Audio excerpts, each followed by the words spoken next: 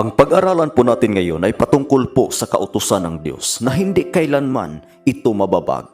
Ngunit dahil sa maling pagkaunawa, ang kautusan ng Diyos ay nawala ng halaga nitong huling mga araw.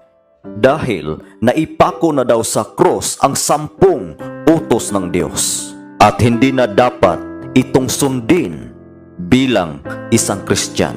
At ang sabi pa nila, may panibago daw utos si Kristo, hindi na 10 kundi 2 na lang.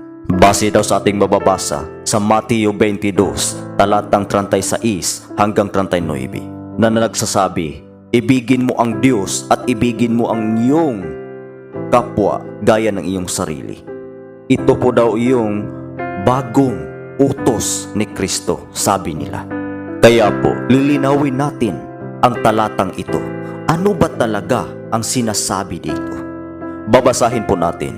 Mateo, Kapitulo 22, talatang 36 hanggang 39. Ganito po ang sabi, Guro, alin baga ang dakilang utos sa kautusan? At sinabi sa kanya, iibigin mo ang Panginoon mong Diyos ng buong puso mo, at ng buong kaluluwa mo, at ng buong pag-iisip mo. Ito ang dakila at pangunang utos. At ang pangalawang katulad ay ito, iibigin mo ang iyong kapwa na gaya ng iyong sarili. Ito po iyong sinasabi nila na 2 na lang ang utos. Sinasabi nilang bago utos ni Kristo. Hindi po ito bago, mga kapatid. Dapat po natin itong maunawaan. Kung ating ipagpatuloy sa talatang 40, ganito po ang sabi, sa 2 utos na ito'y nauuwi ang buong kautusan at ang mga propeta. Napakalinaw po ang pagkasabi ng banal na kasulatan. Ngayon, lilinawin po natin ang talatang ito. Ano ba talaga ang ibig sabihin? Sabi dito, ibigin mo ang Diyos sa buong puso mo, buong kaluluwa at pag-iisip. Ito ang dakila at pangunang utos. Ang pangalawa, iibigin mo ang iyong kapwa gaya ng iyong sarili. Ngayon, ang tanong po, paano natin iibigin ang Diyos sa buong puso at kaluluwa at pag-iisip? Pangalawa, paano naman natin iibigin ang ating kapwa gaya sa ating sarili? Ito po yung tanong na dapat nating masagot upang ating maunawaan ang talatang ito. Kung ating pansinin, mga kapatid, ang 10 utos ng Diyos ay nahati sa 2. Ang unang bahagi, 1 hanggang sa 4, ay nagtuturo sa atin kung paano natin ibigin ang ating Diyos. Ang ikalawa namang bahagi ay nagtuturo naman sa atin kung paano natin iibigin ang ating kapwa. Ngayon po ay ating babasahin ang Exodo, Kapitulo 20, talatang 3 hanggang 17. Uunahin po natin ang unang bahagi sa kautusan.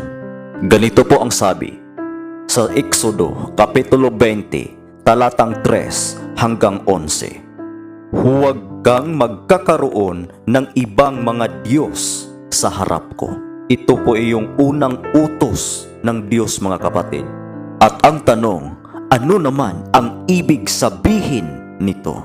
Mga minamahal, ang ibig sabihin po nito, kahit anong mga bagay na iyong sinasamba, iniibig higit kaysa Diyos, yan po ang iyong Diyos. Halimbawa po sa mga bagay na po pwedeng gamitin ni Satanas upang hindi tayo makasunod sa kalooban ng Diyos. At kung ang mga bagay na ito ay ating iniibig higit kaysa Diyos, ito po ang ating Diyos. Una, itong mga kayamanan sa mundong ito. Halimbawa, sasakyan, bahay, mga alahas, at kung ang mga bagay na ito ay binigyan natin ng malaking halaga at iniibig natin itong mahigit kaysa Diyos, ito po ay ating maging Diyos. Ang pangalawa ay itong tao. Pwede po natin maging Diyos-Diyosan ang isang tao. Halimbawa, hindi ka makasunod sa kalooban ng Diyos dahil sa iyong mga kaibigan, dahil sa iyong magulang, mga kamag-anak. Kung iniibig niyo po sila na mahigit kaysa Diyos at nakikinig kayo sa kanila kahit labag sa kalooban ng Diyos, sila po ay maging iyong Diyos. Pangatlo, itong mga larawang inanyuan, katulad ng imahe ni Maria, o mga krus, o iba't ibang mga tinatawag nilang mga santo, at iba pa na may kinalaman sa pagsamba. Kaya ang sabi ng Panginoon sa unang Juan, Kapitulo 5, talatang 21, ganito po ang sabi, "Mga anak ko, mag-ingat kayo sa mga Diyos-Diyosan." Dito naman tayo sa pangalawang utos. Ganito po ang sabi, "Huwag kang gagawa para sa iyo ng larawang inanyuan, unang kawangis man ng anumang anyong nasa itaas sa langit, unang nasa ibaba sa lupa, unang nasa tubig sa ilalim ng lupa.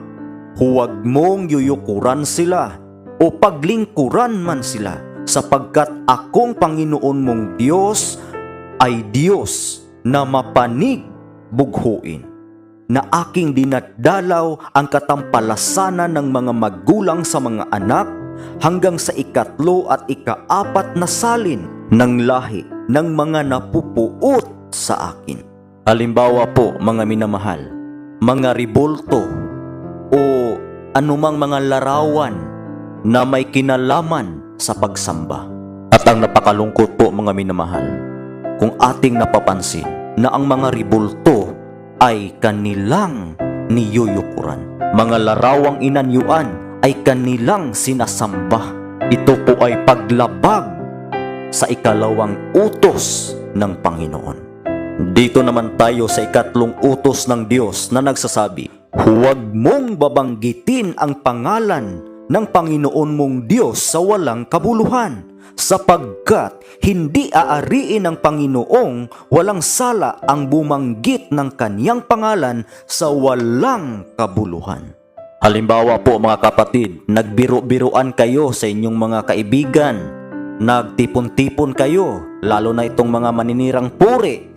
Tapos sa inyong pagtitipon, sa inyong pag-uusap, mga biruan, isinasama niyo at binabanggit niyo ang pangalan ng Diyos. Ang sabi po ng Panginoon, ito po ay isang kasalanan sapagkat ginagamit ninyo ang kaniyang pangalan sa walang kabuluhan. Ang pangalawa, na hindi natin maluwalhati ang Panginoon at magamit natin ang kaniyang pangalan sa walang kabuluhan, ay itong nag-aangkin o nagdadala sa pangalan ni Kristo, nag-aangking Kristiyano, ngunit sa kanilang buhay o sa kanilang mga gawa ay hindi naayon sa mga turo ni Kristo.